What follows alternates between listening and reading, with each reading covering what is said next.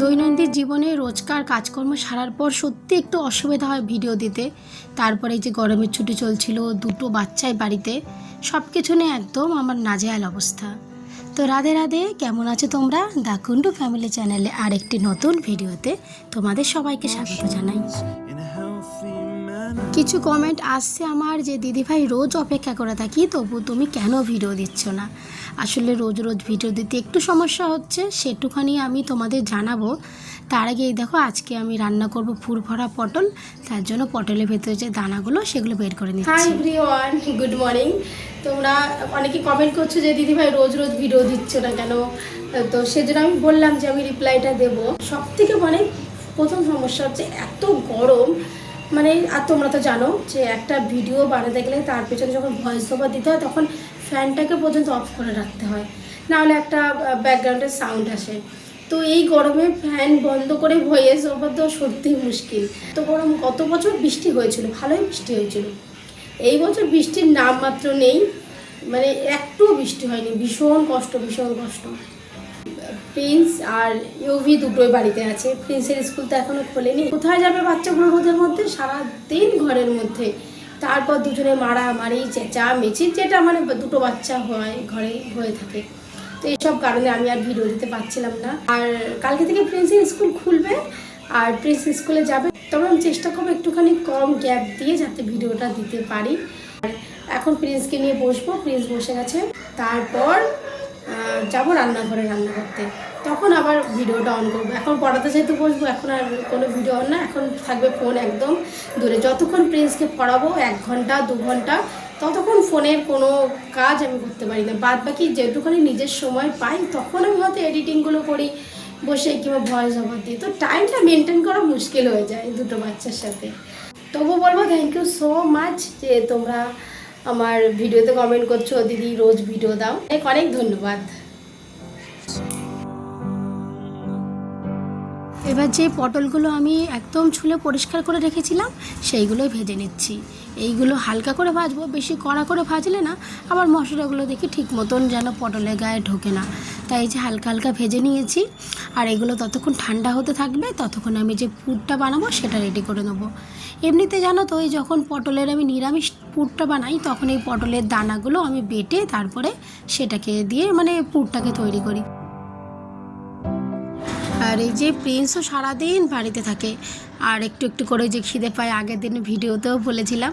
তার জন্য ওর বাবা নিয়ে এসেছে বেশ কিছু ফ্লেভারের বিস্কিট, ওই কখনো দুধ দিয়ে কিংবা কখনো জল দিয়ে ভিজিয়ে বিস্কিট খাওয়ার জন্য। আর আজকে যদিও চিংড়ি মাছ দিয়েই পটলের পুরগুলো বানাবো, তাও কি মনে হলো পটলের দানাগুলো আর আদা একটুখানি বেটে নিয়েছি, হ্যাঁ সঙ্গে কাঁচা লঙ্কা বেটেছি। তারপরে এটাকে যে কড়াইতে দিয়েছি, তারপরে দিয়ে দিলাম 2টো আলু সেদ্ধ করে।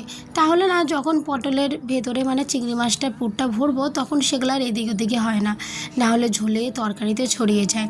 আর এই যে দেখো পুরটা আমার রেডিও হয়ে গেছে। ততক্ষণে পুরগুলো ঠান্ডা হতে থাক। আর এখানে আজকে আমি বানাচ্ছি পাঞ্জাবি মশলা রাইস। তার জন্য এখানে আমি নিয়েছি যে ভাজা মশলাটা আমি বানাই, আগের দিন আমি ভিডিওতে দেখেছিলাম সেটা, আর একটুখানি কাশ্মীরি লঙ্কাগুলো, একটুখানি লঙ্কার গুঁড়ো, আর নিয়েছি 1 চামচ মতো বিরিয়ানি মশলা। তারপর এই যে নর্মাল যেভাবে আমরা ভাত রান্না করি সেই ভাতটার সঙ্গে এই মশলাটা ভালো করে মিশিয়েছি। তারপরে যে দিয়ে দিচ্ছি 2 চামচ সর্ষের তেল। এটাকেও এবার ভালো করে আমি চামচ দিয়ে মিশিয়ে নেবো। এই রান্নাটা আমি শিখেছিলাম পাঞ্জাবে বসে।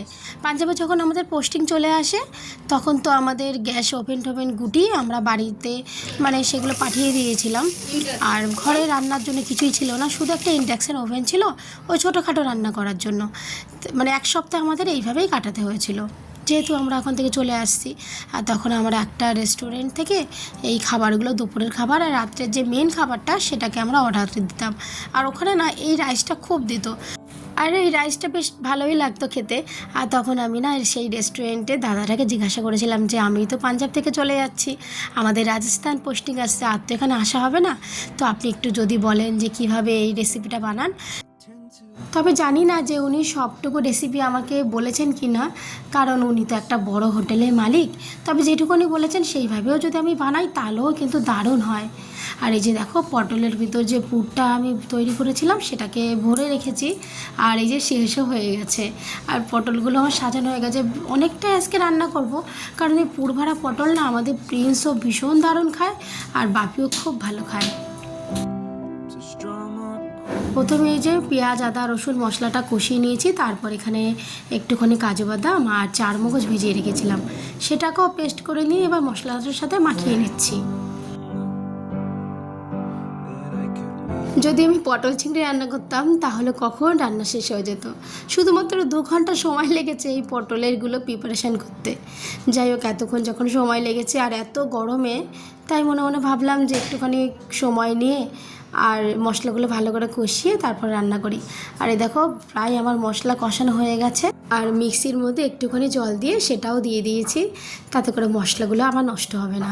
আর তারপরে যে পটলগুলো দিয়ে দিচ্ছি, এবার বেশি না, মিনিট 5-7 মতন ফুটলেই তারপরে রেডি হয়ে যাবে। আচ্ছা, আর এইখানে না আমি গ্যাসটা একটু মিডিয়াম আঁচে রেখে দিয়েছি।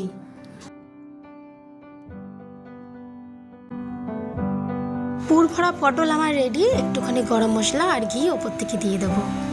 আর এই যে প্রিন্সের লাঞ্চের থালি রয়েছে পাঞ্জাবি রাইস, সয়াবিন আর দই। তবে পটলগুলো তো খুব গরম, তাই একটুখানি পরেই নেবে বললো।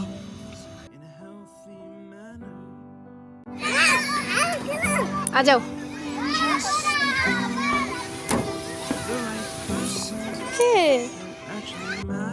এখন বাজে বিকেল 7টা, আর আমরা এসেছি পার্কে।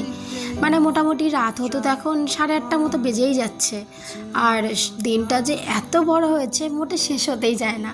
বাচ্চাগুলো নিয়ে সত্যি সমস্যা পড়ি। কখন আমরা বাইরের দিকে তাকিয়ে থাকি যে 7টা বাজবে আর সবাই মিলে একটুখানি বাইরে বসবো।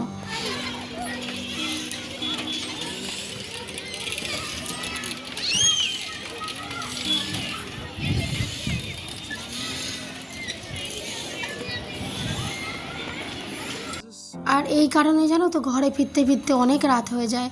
তারপরে যে একটুখানি সন্ধে হয় সবাই তো একটু বাইরে আসি, একটু গল্প করি। কারণ দিনের বেলা বেরোনো তো একদম অসম্ভব হয়ে পড়ে, এত পরিমাণে রোদের তাপ, আর এই বছর তো একটু বৃষ্টি নেই।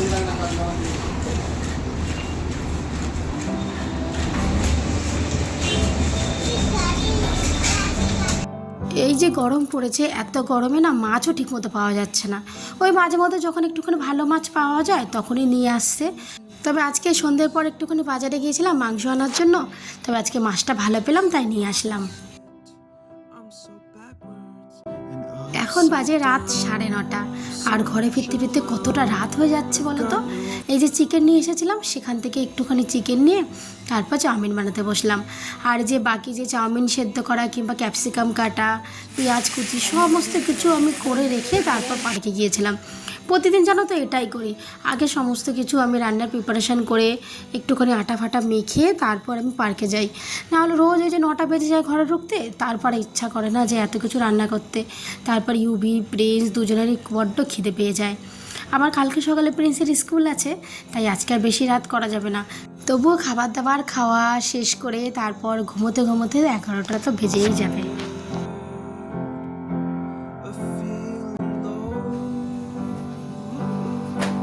মাম্মা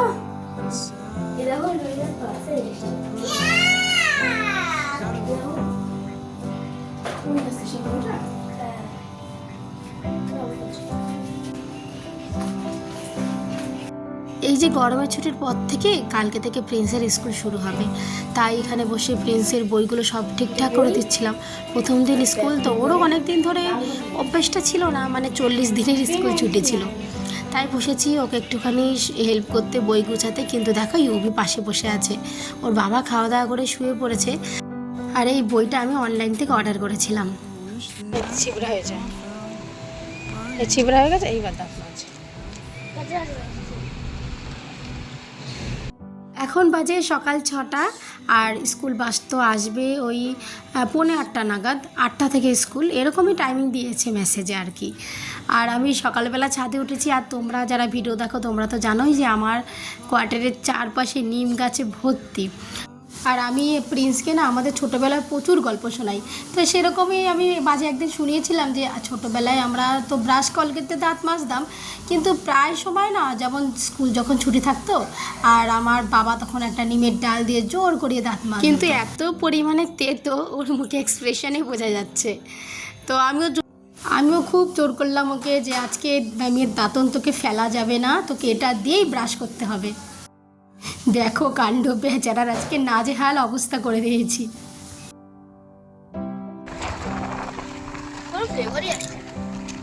তো ফ্লেভার কি আসবে, এবার দাঁতগুলো মাছ এই করে আগে ব্রাশের মতো, এটা চাবি চাবি ব্রাশের মতো করে দিতে হবে। খুব হাওয়া দিচ্ছে আজকে।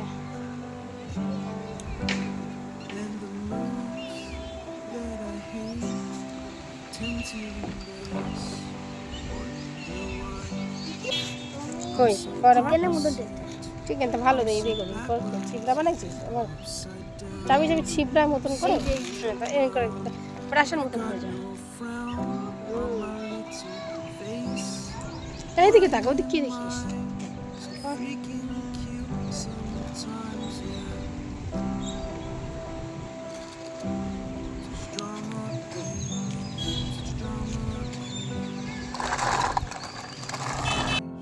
প্রায় 7:45 মতো বাজে। আসলে অনেক দিনও অভ্যেস নেই, তো উঠেছি কিন্তু সকালবেলা সেই তাড়াহুড়ো হয়ে গেছে। আর আজকে টিফিনে দিয়েছি স্যান্ডউইচ, কিন্তু ক্যামেরা বের করে ভিডিও করার মতো সময় ছিল না। তবে এই যে বসে আছে বাসের জন্য,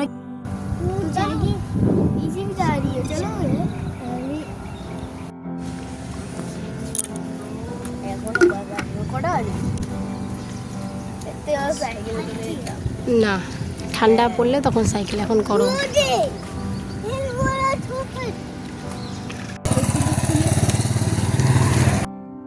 আমাদের এখানে প্রায় 7 থেকে 8টা স্কুলের বাস আসে। সমস্ত স্কুল এখনও খোলেনি।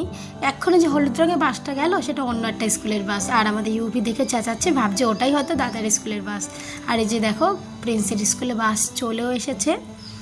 তবে আজকের জন্য এতটুকু, আবার নিয়ে আসবো অন্য কোনো গল্প ভিডিওর মাধ্যমে। আর তোমরা ভালো থেকো, আর ভিডিও যদি ভালো লাগে তবে একটা লাইক করে দিও।